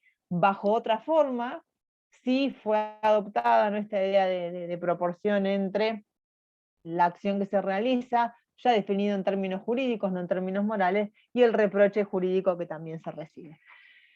Al lado entonces de las teorías absolutas hubo otro grupo de teorías que se conocen como teorías relativas precisamente o se les puso teorías relativas precisamente por esta idea de que habría que buscarle a la pena una utilidad social, es decir, que el Estado se valiera del castigo, tenía que encontrar una justificación en términos utilitarios, ¿no? De alguna manera, no sé si por ahí lo nombraron con Paula o con Claudia en las clases anteriores, ¿no?, estos dos modelos éticos, ¿no?, el deontologismo y el utilitarismo, ¿no? El deontologismo como aquellas teorías, ¿no?, de teorías morales que entienden que, a ver, la bondad o maldad de un acto tiene que ver con criterios intrínsecos que se agotan en sí mismos, ¿no? Bueno, hay un deber y el deber hay que cumplirlo por el solo hecho de que tenga esa condición. En cambio, ¿no?, el utilitarismo, a veces utilitarismo de acto y otras veces utilitarismo de regla, en realidad entiende que un acto es moralmente bueno cuando incrementa, ¿no?, la felicidad del mayor número de gente, o una regla sería moralmente buena cuando esa regla tiende a incrementar el nivel de bienestar de toda la población. Entonces, es decir, en las teorías utilitaristas siempre hay, de alguna manera, un cálculo costo-beneficio, y esto es lo que sucede con lo que se denominan teorías relativas de la pena, y en los que la utilidad social obviamente va variando. Una vez se entiende que la utilidad de la pena tiene que ver con la protección de ciertos bienes jurídicos, pero bueno, podríamos decir que estas teorías también se llaman teorías de la prevención porque precisamente, como había apuntado, me olvidé el nombre, Mariela creo que era la que bien había señalado la teoría de la prevención especial positiva, son teorías que entienden que la finalidad de la pena tiene que buscarse, ¿no? De alguna manera hay que bucearla en la prevención de la comisión de nuevos delitos.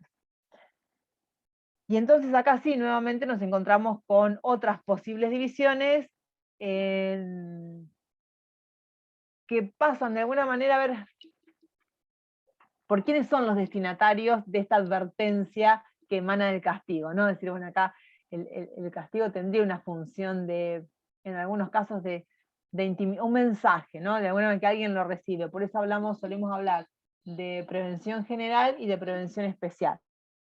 Se suele hablar de prevención general en aquellos casos en que, ¿no? el mensaje que transmite la pena está dirigida a todo el conjunto social, y los casos de prevención especial está dirigida al individuo. Alguien, no sé, hablaba, ¿no? En las propias intervenciones, Paula, que había dicho, ¿no? Hablaba sobre los modelos de aprendizaje, Martina, que hablaba de la idea de contramotivo, y también un poco, creo que fue Lucía, ¿no? Que cuando hablaba de que la pena funcionaba como una forma estabilizadora de nuestro sistema de organización, hizo también alusión a esta idea de alejar, ¿no? a las personas de la realización de estas conductas. Y bueno, de alguna manera las teorías de la prevención general apuntan a todo el conjunto social, es decir, bueno, aquellas personas que todavía no han cometido un delito.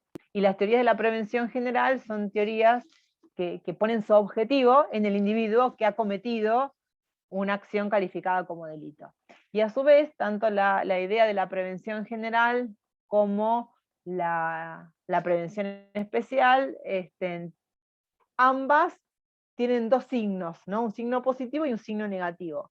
La teoría de la prevención general positiva entiende que la finalidad de la pena tiende a reforzar la confianza en el sistema, ¿no? De alguna, o sea, la aplicación de un mecanismo sancionador en realidad funciona para que el resto de la sociedad perciba que el sistema funciona, ¿no? Esto un poco Lucía lo decía, bueno, funciona como estabilizadora del sistema. La teoría de la prevención general negativa, ¿no? También a veces llamada, ¿no? teoría de la intimidación, entiende que la finalidad de la pena es evitar que aquellas personas que no cometieran delitos los cometan, ¿no? La pena tendría un sentido ejemplificador. Ustedes piensen que cuando comenzaron a gestarse por ahí un poco estas teorías, todavía la ejecución de las penas era pública, ¿no? Es decir, hoy por hoy, bueno, por otros procesos sociológicos que son interesantísimos, que hoy no los vamos a ver, pero bueno, los van a ver en criminología, y si nos sobra tiempo podemos hablar sobre esto. El castigo se fue ocultando. Si a alguno le interesa la lectura, o si alguna vez leyeron, ¿no? Si alguno ya cursó criminología, hay un libro de Foucault que se llama Vigilar y Castigar, que es interesantísimo por varias cuestiones, ¿no? Pero comienza con la descripción de un suplicio público, de cómo se ejecutaban antes las penas privadas. Primero, a ver, que las penas eran, esto también es otro dato, que si llegamos a verlo, lo vamos a incorporar, o lo podemos volver a ver en alguno de los otros encuentros. Hoy por hoy la pena paradigmática es la pena privativa de libertad. En algún punto, y desde el punto de vista formal, digo desde el punto de vista formal, tiene que ver con lo que el sistema dispone y no con lo que pasa en la realidad, pareciera que las penas corporales habían desaparecido. Bueno, comienza con un relato, ¿no? Donde, bueno, se ejecuta una pena de muerte, pero bueno, a la persona la descuartizan, es decir, y todo esto tiene lugar en público, ¿no? Porque la idea de disuasión tenía que ver con la espectacularización, no, con el espectáculo de la muerte públicamente. Bueno, luego, con el paso al capitalismo, y la idea del nacimiento de la de la prisión como modelo paradigmático de pena, ¿no? Antes la prisión no era un castigo en sí, ¿no? Sino que tenía finalidades cautelares y otros usos, hasta que, bueno, de pronto, a ver, ¿qué era valioso a ver, qué era aquel elemento valioso de lo cual se podía privar al hombre y que realmente lo sufriera como un castigo, y tenía que ver con el tiempo productivo? Entonces, bueno, uno de los motivos por los cuales se empezó a privar a la gente de libertad tenía que ver con eso, ¿no? Con sacarlos del tiempo, y ahí los castigos dejaron de ser públicos para ser privados. Sin embargo, esta función, ¿no?, de prevención general negativa, de alguna manera, se ve hoy por hoy aún en nuestro sistema con la conminación penal, no con la ejecución, sino con la conminación penal, ¿no? Esta idea tan recurrente de decir, bueno, si aumentamos las penas, el aumento de las penas va a influir negativamente, va a producir un efecto intimidatorio en la comisión de delitos. Bueno, esta idea, a ver, es una idea que, a ver, el fracaso de esta idea está marcado primero por estudios empíricos, ¿no? Que de pronto un incremento, a ver, lo que está marcado por estudios empíricos es que realmente no hay un cálculo de intereses tan racional en las personas que cometen delitos. Y si efectivamente esto fuera verdad, ¿no?, delitos que implican grandes afectaciones a los bienes jurídicos tendrían que ser castigados por penas menores, y delitos menores que en números representan un porcentaje mayor tendrían que tener en todo caso una pena mayor, ¿no? De pronto, a ver, ¿por qué nosotros no matamos a nuestros padres? Y bueno, yo necesito un código penal que me diga que no tengo que matar a mi mamá para que sentir que no lo tengo que hacer, ¿no? Entonces, de pronto, fíjense que estos delitos, que son los delitos más severamente penados por otros motivos, en realidad son los que tienen un número de porcentaje menor, y sin embargo otros delitos menores tienen una pena mayor. Es decir, alguno de nosotros alguna vez, cuando no nos hemos sentido vigilados, hemos cometido alguna infracción de tránsito. O pensemos en el número de infracciones de tránsito, ¿no? ¿Cuántas se cometen? Y de pronto, bueno, entonces que tendría que tener penas altísimas, ¿no? Pero de pronto es algo que funciona, ¿no? El tema de incrementar el valor de las penas o de las sanciones como contramotivo. Pero bueno, todas estas ideas que tienen que ver con la posibilidad de, antiguamente, incrementar el espectáculo, y hoy por hoy incrementar los montos de la pena, tienen que ver con esta idea, ¿no?, de la prevención general negativa, ¿no?, que la pena tiene un efecto intimidante, un efecto de coacción psicológica negativa, que va a actuar como contramotivo para las personas que no cometieron delitos. Y en el ámbito de la prevención especial, también nos encontramos con una prevención, lo que se denomina prevención especial positiva y prevención especial negativa. La prevención especial positiva tiene que ver con todas aquellas intervenciones que buscan,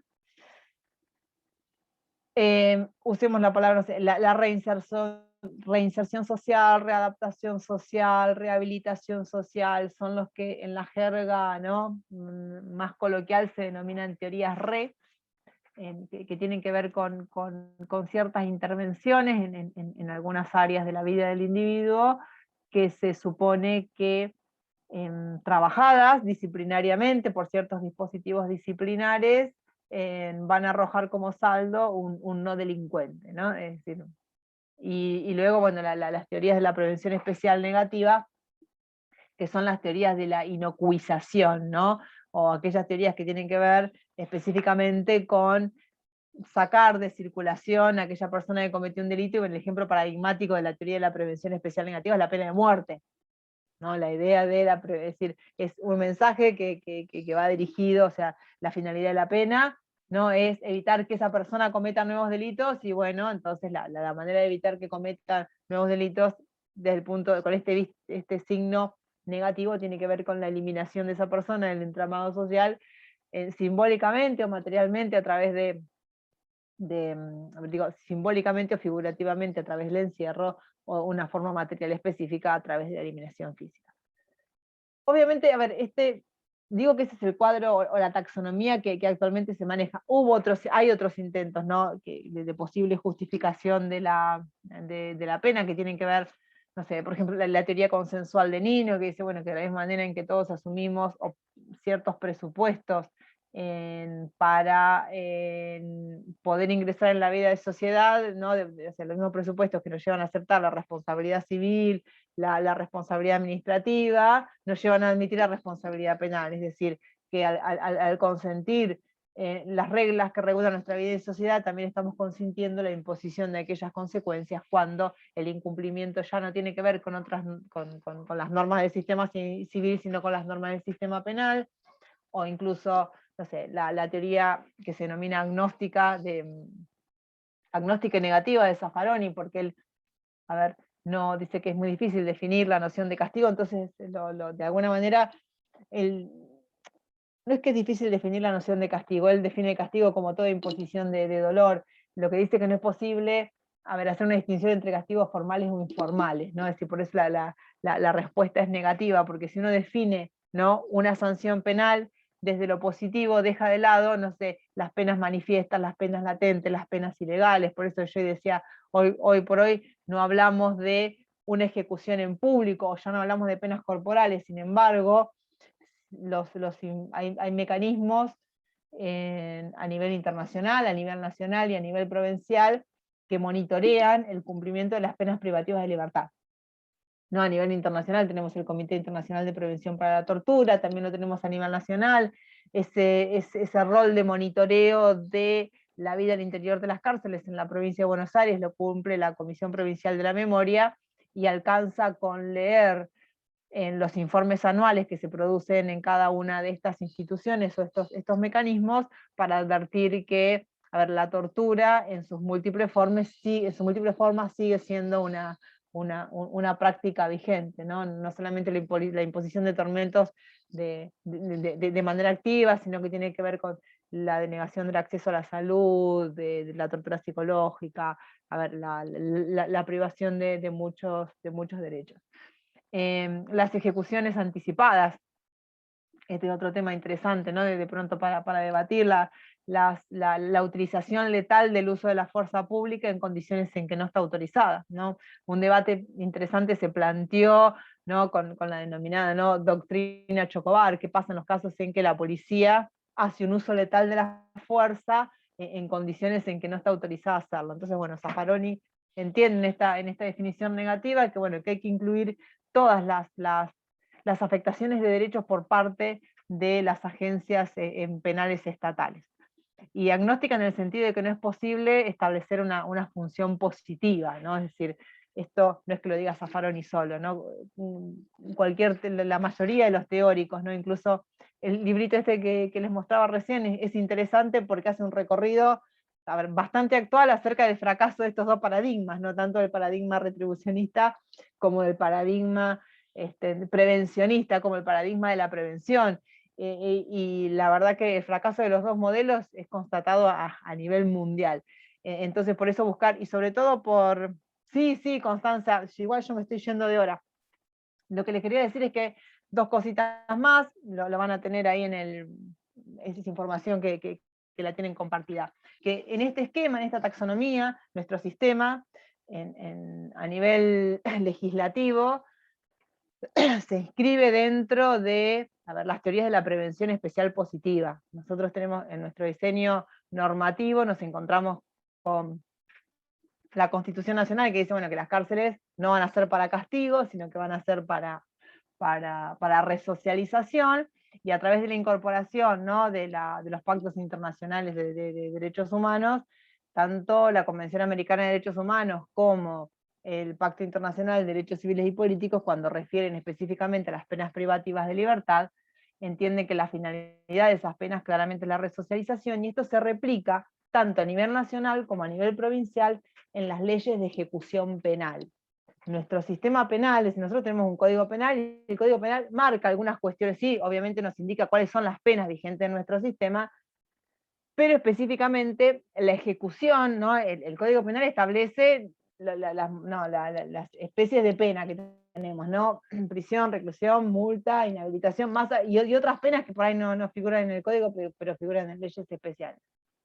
Pero la ejecución, sobre todo la ejecución de las penas privativas de libertad, que como les decía se convierte en el paradigma del castigo, ¿no? Hoy por hoy, no solamente en el sistema argentino, en cualquier sistema mundial, o al menos los que responden a nuestros modelos, a la misma matriz de modelo jurídico, las penas privativas de libertad se convierten en la pena por autonomía. La ejecución de esas penas privativas de libertad a nivel nacional está regida por la Ley de Ejecución Nacional, la Ley 24.660, y a nivel provincial, porque esto tiene que ver con nuestra organización federal, la ejecución de las penas privativas de libertad está regulada por la Ley 12.256 y sus modificatorias. Sí, Lucía, por favor, no, ya estamos en términos, los que tengan que irse, ya está, yo solamente digo dos cosas y con esto termino. Lo que sí les quería decir es que tanto la ley nacional como la ley provincial se inscriben dentro de lo que a veces se ha denominado, ¿no?, este paradigma normalizador.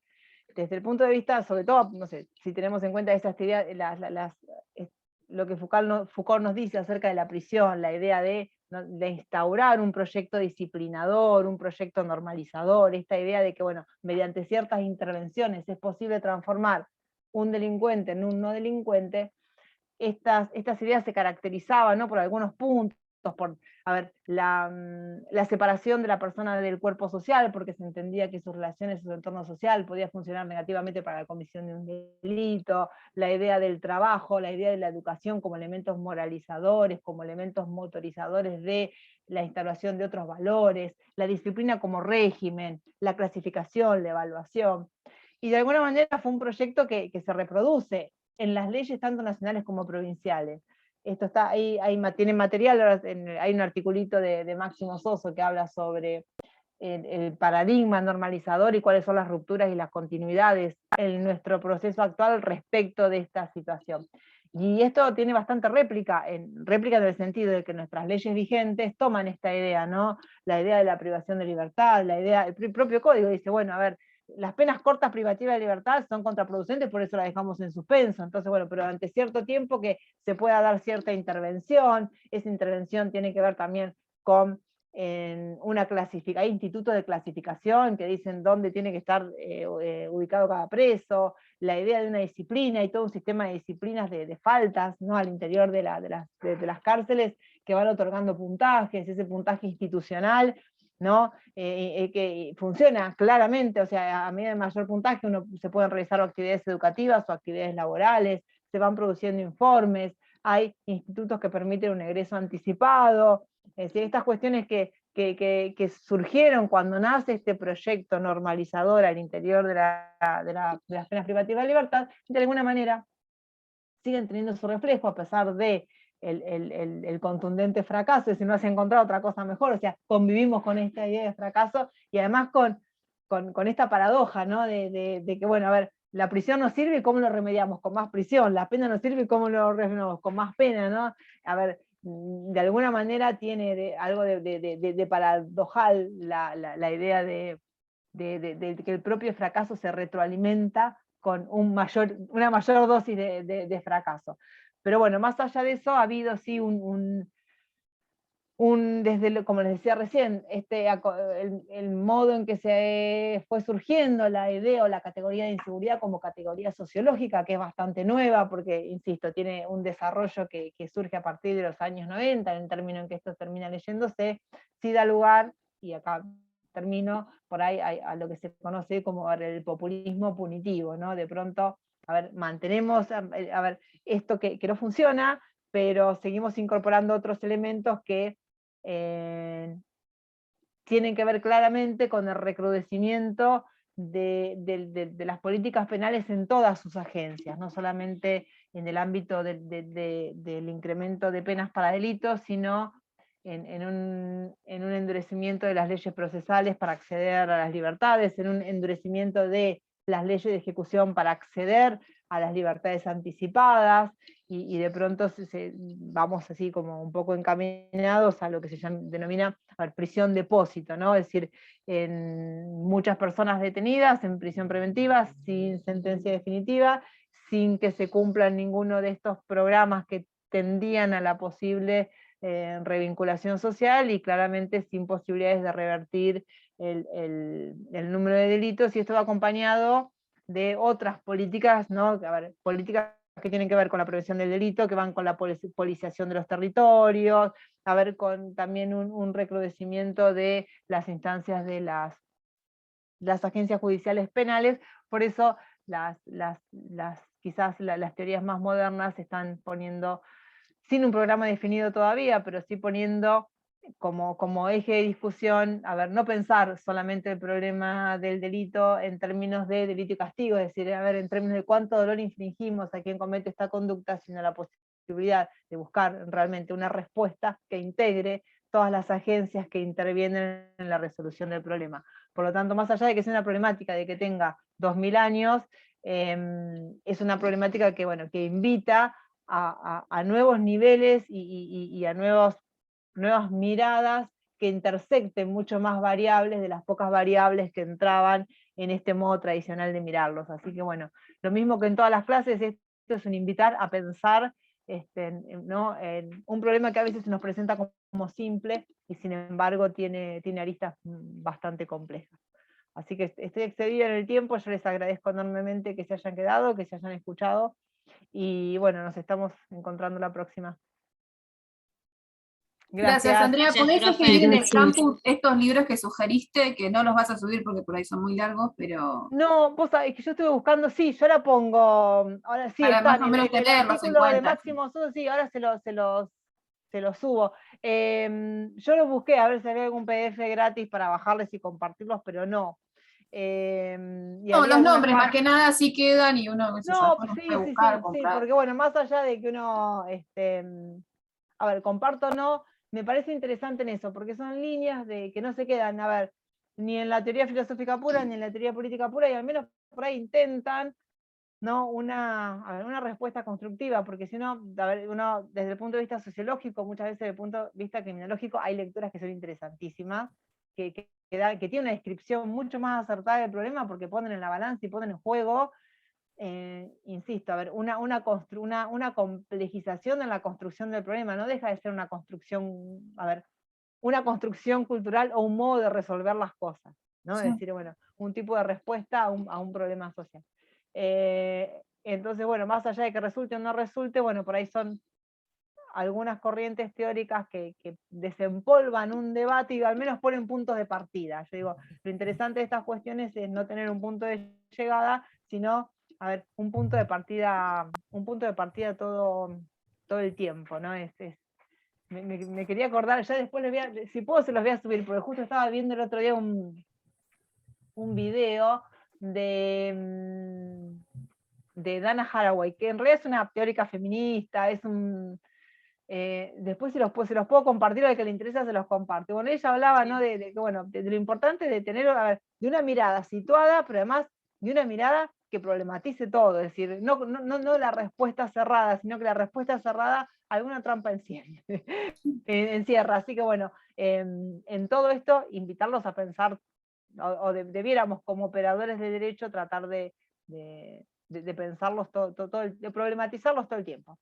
Así que bueno, les agradezco enormemente la escucha, les voy a subir los textos, y si encuentro la manera de subirles o de pasarles el dato del documental de Dana Haraway, que no tiene nada que ver con esto, pero realmente... No, pero es interesante. No, es interesante sobre todo, bueno, por suma. ahí, no, y bueno, para aquellos que están interesados por ahí en una perspectiva de género o en una perspectiva situada, lo que ella dice es que, bueno, que por ahí estas respuestas globales se olvidan de la mirada concreta, ¿no? Es decir, y a veces nosotros tendemos a ver estas materias que tienen una mirada totalizadora del problema, y bueno, pensar qué nos pasa a nosotros con este problema, a ver, y cómo teorizamos y cómo lo resolvemos como operadores de una rama, que es una rama pertinente para la intervención en estos casos, ¿no? Entonces, bueno, en ese sentido me pareció interesante la reflexión, para no quedarnos con la ilusión de una respuesta acabada, nada más que eso.